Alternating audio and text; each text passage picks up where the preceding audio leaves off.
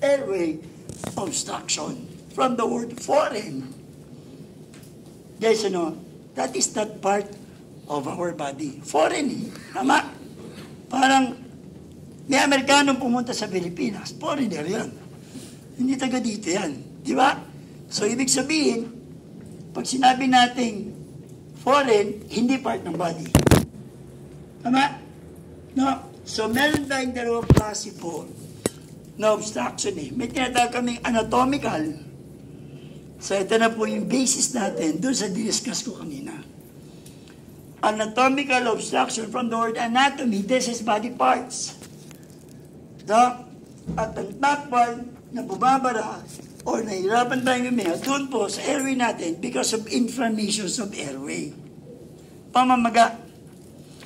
Going towards doon sa lungs natin. Accumulation of fluids. Asthma, guys, is allergic reaction na ang nangyayari pag may nag-trigger doon mismo sa lungs.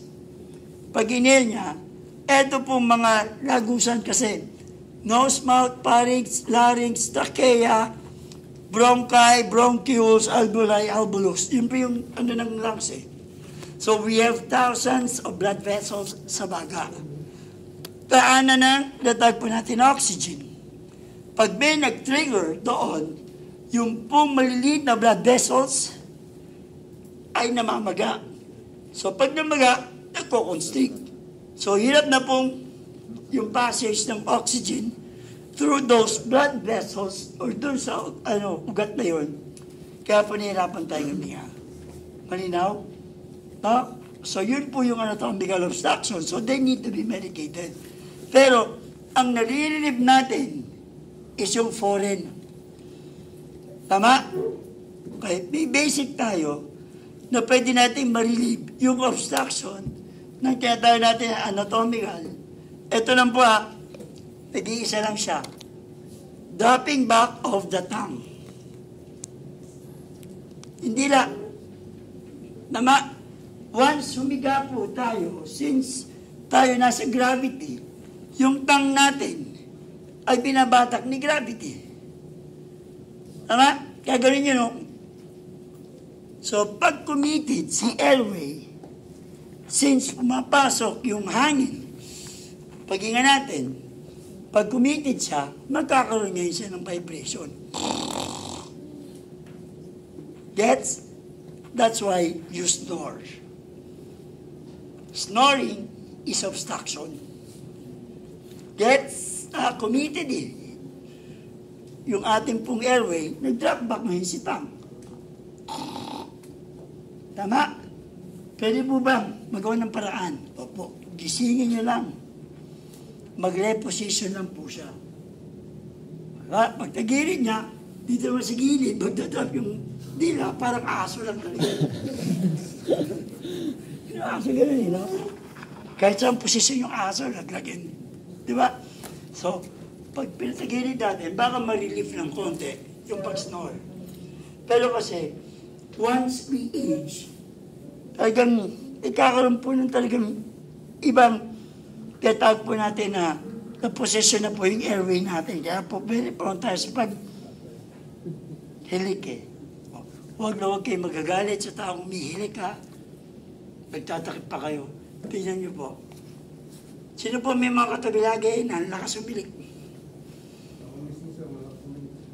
Pati ubo mo, lakas. Walang katabi. May asma ka? Father ko sir may asma sa akin ngayon parang ngayon pa lang. Uy, huwag po.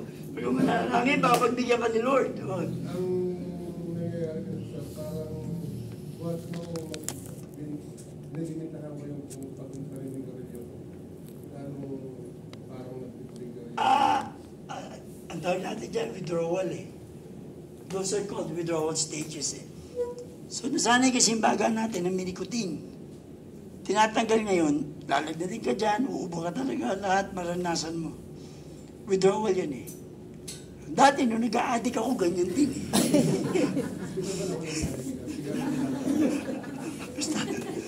Mga alam po ako, addict din ako nag-a-addict.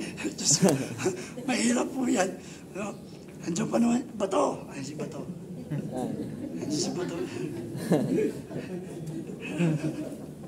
Sagot ko kayo, itaga nyo sa Bato. So anyways guys, yun yung mga withdrawal stages. Pwede yun that is caused by withdrawal. Kasi yung ubo mo ay look alike o parang-parang sound ng nag-a-asthma Kasi narinig po namin pagka nag-auscultate kami ng lungs Merong kami tinatawag na rail, may tinatawag yung mga wheezing. Yung wheezing sound is basic. Ganun yung wheezing Kaya po, yung hika, tinawag na hika kasi nga po, yung Pilipino, kung ano-anong mga basihan Gusto na yung malapit. Di ba ganito? Hika. Totoo yun. Lalayo mo ba tayo? Totoo yun di ba? So, yun talaga tinawag na hika, yan di ba? Iba naman yung hiccups. Sinok yun, di ba? Okay, nagkakaida na. So, ito yun. Punta natin yung jumping back. Huwag kayong magagalit na bantayin yung nag-i-snore. Pagdating po ng medyo ilang segundo, mawawala siya. Hindi siya nag-i-snore. Bilangan niyo mo, 20 to 30 seconds. Pagtapos nung babalik yung snoring, ganito na ang balik.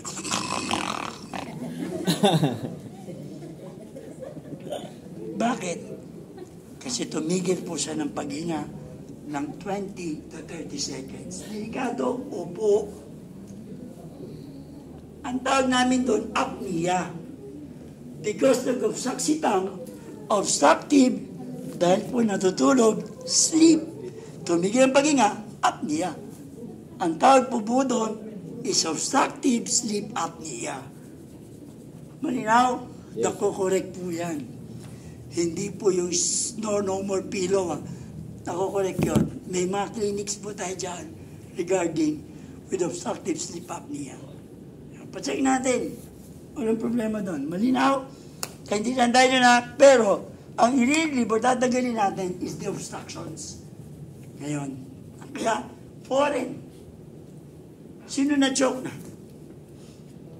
Ito muna, yung mga bata, bakit very prone? Diba, nandun po sila sa stage ng hand to mouth. Tama? Kaya very prone po yun sa mga sakit na, diba? Mouth, hand, and foot diseases. Tama? Kasi lahat ng subo. Bakit? Kasi po, simula ng pinanganak tayo, ang unang-unang na pag-aaralan natin ay sumubo. Tama? Tama? Dede. Kaya po yung mga baby, pag umiyak, iganto mo yung daliri, inahabol niya. Nung natuto na siyang gumapang, nagkaroon na siya ngayon ng pagkakataon na siya na mismo ang kukuha kasi kada anong iyak niya, ang tamad ni mami, hindi ako pinapakain. Di ba? Kaya hindi diyan. Siya ngayon ang gumagapang para makakain siya. Kaya nasi-choke, very prone sa mga babies at saka yung mga bata na curious. Kaya nga po may tinatag tayong inquisitiveness Tama? Lahat ng mga kabataan ang tatapang. May bravo doon kung tinatag tayo kasi nga po because of curiosity. Inquisitiveness. Tama? Tama po, no? Kaya hindi yan. Pag sinabi ko ka pumunta doon, pupunta mo pa rin yun Samang pa yung tropa, dito, dali. Sabi ni Mami, delikado daw doon. Tignan nga natin. Di ba? Inquisitive, curiosity. Kaya nga po may kasabihan, inquisitive, di ba? Curiosity killed the cat. Di ba? Kaya hindi tayo doon. Malinawa yun. So, very prone sa baby. May management tayo dyan. Adult. Guys, kasi baby, subo lang subo. Sa adult, sino po ang madalas na choke sa inyo? Ha? Meron po ba sa inyo na kinarir po ang pagsubo? Simula baby. Hanggang ngayon subo lang din ang subo. Gano'n. Di ba? Sa totoo lang po, these days, since may utak na tayo, bago nyo isubo, tinatanong nyo muna, kung hugas ba to. Malinis ba to? Ewan ko, ano iniisip niyo dyan? Di ba? Kaya walang subo na subo sa atin. Sino kumali nun? Wala, laman siyan dito. Subo ko na. So guys, sa totoo lang po, ang nagiging problema sa atin is yung tinatawag po natin na pagpitik ng abnormal na tinatawag po natin na nerves sa utak natin. No? Yung sinisend ng impulse of the brain. Tinatawag natin autonomic eh. Naniniwala pa ba kayo na ang puso ay tumitibok? May sariling kuryente, tama? Yung utak may kuryente, kaya nga nagkocontact, hindi contact yung muscles natin because of the electrical activity. Kaya nga po, di ba, pagka yung mga kamay natin, medyo nagkakaroon ng tingling sensation, yung mga tusok-tusok na, di ba? That is because of the nerves. Ang kulang natin, vitamina, the letter B. Di ba? 1, 6, 12. Anyways, guys, pag nag-iisip ka ng project, biglang may naalala ka na importante mong gagawin, ano nangyari? Pumipitik yung utak natin, yung laway natin nagda-drop back, nag-abnormal ngayon, yung muscle called epiglottis, kaya po pumasok po yung kapraso, papasok ng trachea, kaya na-choke ka sa sarili mong laway. Hiniwala kayo doon? Yun. So guys, yung pagpitik ng electrical activity, pwede tayo ma-choke eh. Kaya yung iba naman, sa sobrang bilis ng pagkain, guys, kahit buo-buo pa, nilulunok, alam niyo po ba, na yung ipin po natin, guys, nabuo yan para matulungan ang digestive system natin. Si ipin is designed to grind the food. Ibig sabihin, pagka meat, beef or pork, dapat, iwain lang natin na maliit, tapos ginunguya po natin ng 25 to 30 times before you swallow. Yun yung tama doon eh. Di ba? Malinaw? Kaya tayo. Punta kayo ng mga steakhouse. Fine dining resto. Di ba? Anong gamit? Tinidor, kutsilyo. Kahit ng maliit, subo, nguya, ang tagal. Pagulunukin. Yun ang tama. Pag lunok ka ng lunok, naiipon dito, lalo kung wala kang tubig. Di ba? Nagkaintindihan pa tayo doon na yun. So, mapapansin po ninyo, yung tawa, ito na po, mechanical. Foreign. Makita nyo nakaganito. Clutching of the neck. Pinaluluhod niya to. Gets? Ganyan. Bakit? Kasi may bumara. Tama. Pero pag nakaganito, ang tawag po natin dito ay universal sign of distress. Tandaan nyo na, we have lots of signs na dapat napapansin niyo sa tao. Pag nakahawak sa dibdib, universal sign of distress. Tumabi yung mukha, nag-grimace yung face. Distress. Ibig sabihin, that is the sign na nakita natin, di ba? Sign. Kita natin, yung itsura niya, matitigil ngayon tayong tanungin. Malinaw ha? Like example, if the person is in pain, yung mukha, nagigrimace, lukot. Tama? Ask question, are you in pain? Huwag yung sipin mo, may pain ka, no? Astig, malupit mo. May pain. Sila ako assuming ka, no? Sumiyat ako, ang anak. Kaya tumabihin mo ka ako. Di ba? Nagkaintindihan. O nakahigop ako ng maasim. May gets? Ibig sabihin, hindi lahat na nakahawak sa dibdib ay nahihirapang huminga, inatake sa puso. Maraming cases to eh. Gets? Hindi lahat po nang nakaklas ng neck, iniisip nyo na choke. So those are what we call sign of distress. Sign of distress, distress, distress. Di ba? They get? Nagkaintindihan tayo doon. So, matitingin ko yun. Tanungin mo. Huwag assuming. Tandaan niyo po yun, ha? Pag yun sa bahay ninyo, nakita mo yung bata, umiiyak na kahok sa pisngi. Ano kagad ang inisip nyo? Ha? Masakit ng ngipin. Sinampal. Sakit. Di naman. Ang ginawa. O, di ba? Ang gagawin nyo.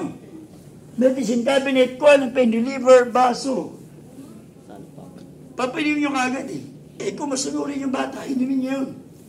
Tsaka lang siya magtatanong, bakit nga pala binigyan mo kumami ng gamot? Di ba masakit ang ipin mo? Hindi! Namatay na kasi yung bida doon sa pinanonood kong telenovela. Imagine ninyo yun. Assuming. Huwag kayong assuming. Nagets? Ito ang papakatandaan nyo. Hindi porket madalas kang tinitreat ng lunch, eh may gusto na sa'yo, masasaktan ka lang. Assuming kay. Assuming kay. Hindi ka sa akin to. In fairness, patay na patay din ako sa kanya. So anyways, bawal assuming. Ask question. Gets? Nagkakalas yung neck. Paningin nyo ngayon. Are you choking? Ano na? Hindi pupunta ka agad sa likod. Ganyan ka. Babae lang ito. Diyos ko, yung tao pala, giniginaw lang. Bugbog ka sa tropa. Intindihan? Ask question. Are you choking? Nakasagot. Pero sabi niya, yes. Although in between breathing, merong wheezing sound. So pag sinabing wheezing, may constricted dun sa airway. Tama? Since nakasagot po siya, tagdangin natin doon, ay mild obstruction. Para sa exam, alam niya na kagad ang sagot. Diba? The person can still talk. Although in between, there is a wheezing sound. O, diba?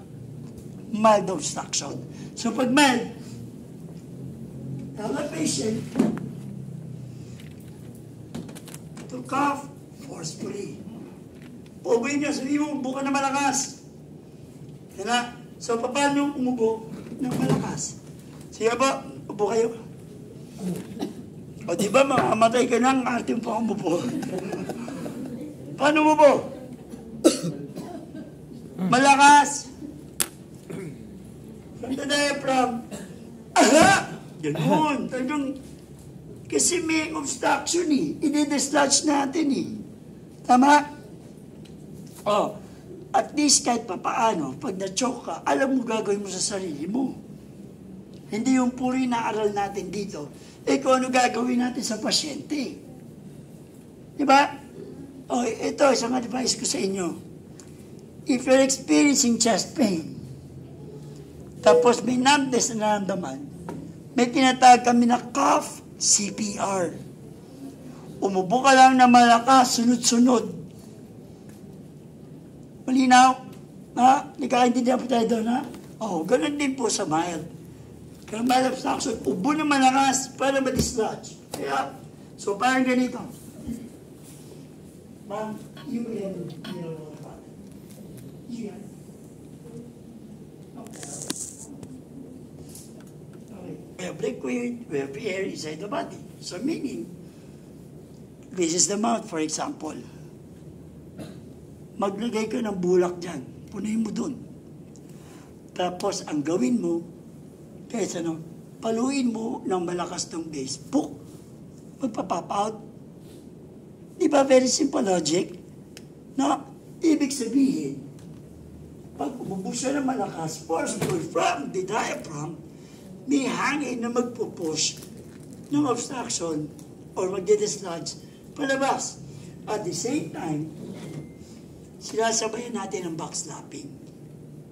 Pupunta ka ngayon sa kanyang gilid, cross mo yung kamay mo pag ganito, ito spinal column, tama? Huwag yung tatamaan. Dito kayo papalo sa may shoulder blade. Sige, ubo malakas. Ubo po, ubo. Huwag na kayo bumuelo, ha?